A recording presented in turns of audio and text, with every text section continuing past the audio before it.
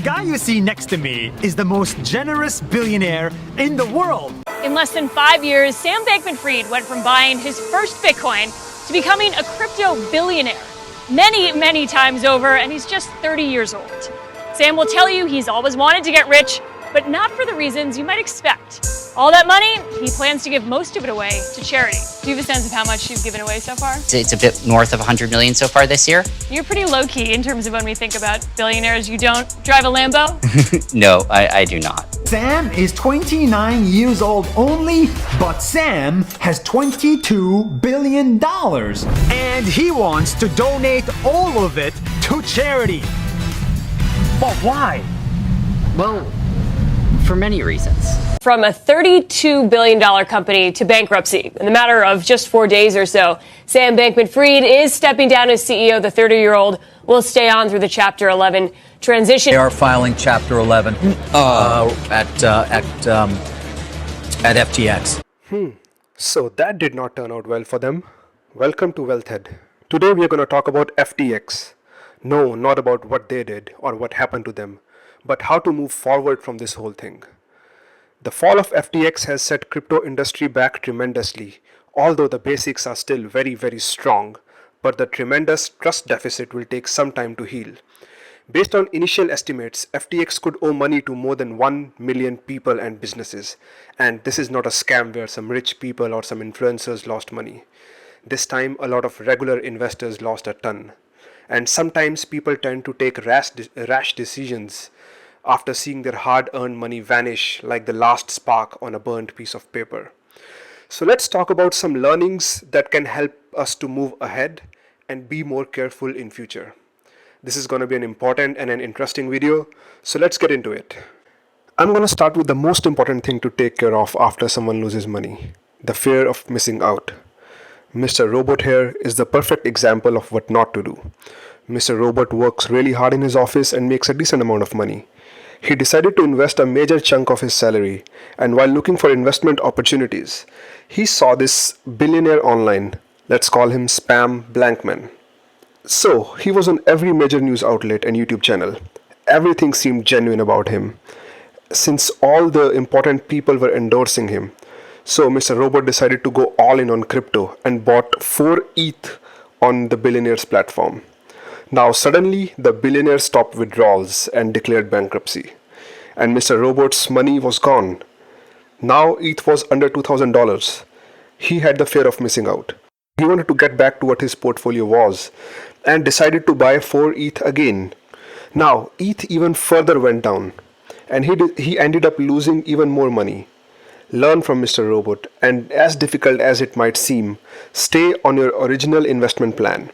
What I have learned is that in the long run, these scams won't matter if you stay on your course. The second learning is something that is a very common saying in crypto circles: not your keys, not your crypto. Many people are learning it the hard way, but self-custody is the only way to keep crypto safe. The bottom line is that centralized crypto exchanges are not safe. They are not like stock exchanges. Your investment is not insured, and regulation is almost non-existent. So you could lose everything in case of an exchange collapse. In a perfect world, I would buy crypto on a decentralized exchange and store it in an offline wallet like Ledger or Trezor. But I understand that it is easy to use some of these centralized exchanges, so I usually buy my crypto from a centralized exchange and transfer it to my Ledger Nano X. The phrase, not your keys, not your crypto, is now more important than ever. One aspect that most of us not just miss, but also make fun of these days is the basics of finance and investing. But the fact is that basics are important. Stick to the basic investing principles. Read some books. Listen to some seasoned investors. Of course, you don't have to agree with everything they say, but it's very important to know their opinion. Buying a random coin with an animal on it just because someone on YouTube said that it would go to $1 from a fraction of a penny shouldn't be the norm here. There are 3 basic principles that I follow that help me plan for future. The first is diversification. My portfolio has stocks, ETFs, savings, crypto, digital collectibles, art, real estate, and a lot of other things really. I don't invest money in a single company or even a single sector. Think about opening accounts at multiple brokerages to reduce the risk of any brokerage locking up your life savings.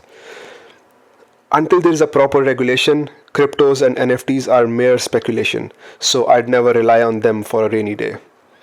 Second principle is don't leverage. Investing by borrowing money is a whole another different level of risk that most of us regular folks are not prepared to handle. And the third principle, always do your own research. Don't blindly follow a random person on YouTube. Doesn't matter how many followers they have. I bet that if there will be a recession this year, all the so-called experts will tell you, I told you so.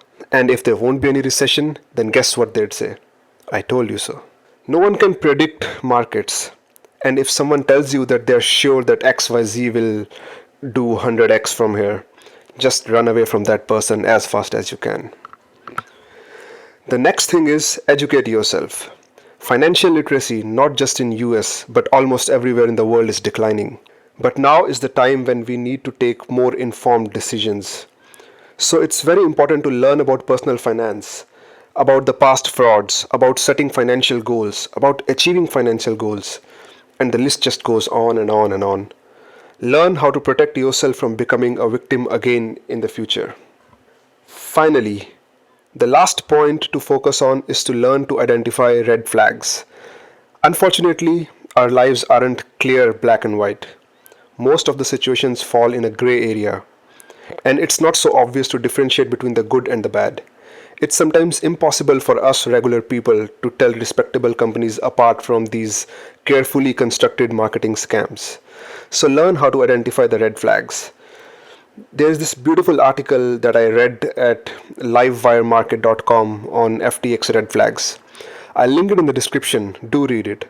Of course, it's not possible to be 100% sure about any situation, but there are always a few signs that could help identify the rotten apples. Let me know if you'd like me to make a video on how to identify some of these red flags. But the general rule is, if it's too good to be true, then most probably it's not true. So these were some lessons that I learned from FTX fiasco. Luckily, I did not have an account in FTX, but I'd still want to be more careful in future. Follow me for more such content, and do let me know what other topics you'd like me to make a video about. Stay safe and peace out.